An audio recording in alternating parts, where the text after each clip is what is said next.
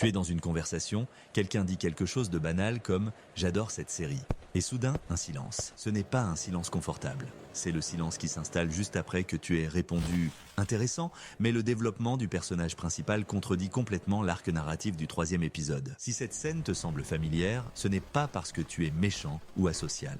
C'est peut-être parce que ton esprit analytique est une sorte de super pouvoir qui parfois fait un peu peur aux autres. Aujourd'hui, on va décortiquer les signes qui montrent que ta façon de penser, logique et profonde, peut intimider ton entourage. Et surtout, comment gérer ça sans devoir éteindre ton cerveau. Premier signe, tu déconstruis absolument tout. Un compliment, tu analyses l'intention derrière. Une blague, tu examines sa structure logique. Un film, tu ne le regardes pas, tu l'audites. Ce n'est pas que tu veux gâcher le plaisir, c'est juste que ton cerveau est câblé pour chercher des schémas, des causes et des effets. Pour toi, comprendre, c'est apprécier à un niveau plus profond. Pour les autres, ça peut ressembler à un interrogatoire. Ils t'offrent un cadeau simple et tu le passes au rayon X. C'est déstabilisant. Deuxième signe, la phrase « c'est juste une question simple » t'est souvent adressée. Quelqu'un demande « quel serait-il » La plupart des gens regardent leur montre. Toi, tu pourrais te demander si la personne veut l'heure locale, l'UTC, ou si c'est une métaphore sur la fuite du temps. Quand tu poses une question en retour pour clarifier, comme « pourquoi tu veux savoir ça ?» ce n'est pas pour être difficile. C'est pour donner la réponse la plus précise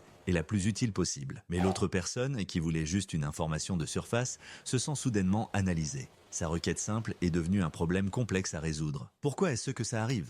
Un concept clé est la fluence cognitive. Notre cerveau est biologiquement programmé pour préférer les informations faciles à traiter. C'est une question d'économie d'énergie. Une pensée fluide et simple nous procure une petite décharge de plaisir. Ton esprit analytique lui présente souvent des informations complexes, nuancées, avec des si, des mais et des ça dépend. C'est le contraire de la fluidité. C'est un effort. Inconsciemment, le cerveau de ton interlocuteur associe ta pensée à un effort désagréable. Ce n'est pas logique, c'est biochimique. Il ne te rejette pas toi, il rejette la difficulté cognitive que tu lui imposes. Troisième signe, les gens hésitent à te partager leurs nouvelles idées. Ils savent que tu ne vas pas juste dire « oh, super idée ». Tu vas la tester, tu vas chercher la faille, non pas pour être méchant, mais parce que c'est comme ça que tu améliores les choses. Tu es le testeur de bugs humain des concepts. C'est une compétence incroyablement précieuse en ingénierie, en science ou en stratégie. Mais dans une conversation informelle, c'est épuisant. Les gens ont besoin d'un espace pour que leurs idées naissantes puissent respirer, même si elles sont imparfaites. En pointant immédiatement la faille, tu peux étouffer la créativité dans l'œuf. Quatrième signe. On te qualifie souvent de pessimiste ou négatif. Quelqu'un dit « ce nouveau projet va être un succès incroyable ». Toi tu réponds « possible, mais avons-nous un plan B si le fournisseur fait faillite, si le marché change ou si une météorite s'écrase sur nos bureaux ?» Tu ne penses pas être pessimiste. Tu fais de l'analyse de risque. Tu te prépares au pire pour que le meilleur puisse advenir. C'est du réalisme stratégique. Mais la plupart des gens fonctionnent sur l'émotion et l'optimisme pour se motiver. En introduisant la complexité et le risque, tu viens de crever leur ballon de motivation. Cinquième signe, le small talk est une torture pour toi. Les conversations sur la météo ou sur le week-end te semblent être une perte de bande passante mentale. Tu as envie d'aller directement au cœur du sujet, aux données, aux idées profondes. Le small talk n'a pas pour but d'échanger des informations. Son but est de créer un lien social, de tester la température émotionnelle. C'est un rituel. En le court-circuitant pour aller direct à l'analyse, tu brises une convention sociale. Les autres peuvent te percevoir comme froid, distant ou même arrogant, comme si tu te sentais au-dessus de ces banalités. Sixième signe, tu résous des problèmes que les autres ne savaient même pas qu'ils avaient. Ton esprit est un optimiseur permanent. Tu vois un processus et tu penses immédiatement à 10 façons de le rendre plus efficace. Du rangement de la cuisine à la stratégie marketing de ton entreprise. C'est un atout majeur. Sauf quand les gens sont parfaitement contents avec leur système assez bon, ton optimisation non sollicitée peut être perçue comme une critique de leur façon de faire. Tu leur dis « on pourrait faire mieux », ils entendent « vous faites mal ». Encore une fois, c'est une question de perception. Tu offres une solution, ils reçoivent un jugement. Septième signe, ton silence est mal interprété. Quand tu ne parles pas, ce n'est pas parce que tu t'ennuies ou que tu es en colère. C'est parce que tu es en train de traiter l'information.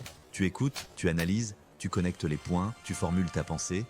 Mais dans un monde qui valorise la réactivité, ton temps de traitement peut être perçu comme du désintérêt, du jugement ou de l'hostilité. Ils remplissent ton silence avec leurs propres insécurités. Alors, que faire ? Faut-il prétendre être plus bête que tu ne l'es ? Absolument pas. L'objectif n'est pas de changer qui tu es, mais d'apprendre à mieux communiquer. Voici quelques stratégies. Premièrement, apprends à lire la pièce. Avant de parler, pose-toi la question. Quel est le but de cette conversation? Est-ce un brainstorming où l'analyse critique est de la bienvenue, ou est-ce un moment de détente où le but est à la connexion émotionnelle? Adapter ton niveau d'analyse au contexte n'est pas de la malhonnêteté, c'est de l'intelligence sociale. Deuxièmement, utilise la technique du sandwich de la critique. Commence par valider l'idée ou le sentiment de l'autre. C'est une perspective vraiment intéressante. Ensuite, insère ton analyse sous forme de question. Je me demande comment ça s'articulerait avec X, et termine par une note positive. Mais j'aime beaucoup l'énergie derrière cette idée. Tu ne caches pas ton analyse, tu l'enrobes dans un emballage de sécurité psychologique. Ça la rend beaucoup plus digeste. Troisièmement, transforme les affirmations en questions. Au lieu de dire « votre plan ne fonctionnera pas à cause de ce problème »,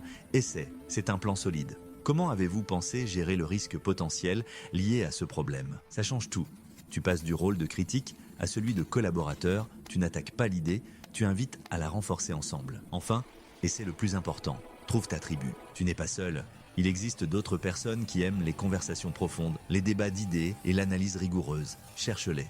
Dans les clubs de lecture, les forums en ligne, les groupes de professionnels. Passer du temps avec des gens qui parlent ton langage te rappellera que ton esprit n'est pas un défaut, mais un atout formidable. Ton esprit analytique est un scalpel dans un monde qui utilise souvent des marteaux. Il peut être intimidant s'il est mal utilisé. Mais avec de la précision, de l'empathie et dans le bon contexte, il peut créer, réparer et construire des choses extraordinaires. Alors, ne l'éteins pas. Apprends juste à l'accorder. Le monde a besoin de penseurs comme toi, peut-être plus que jamais.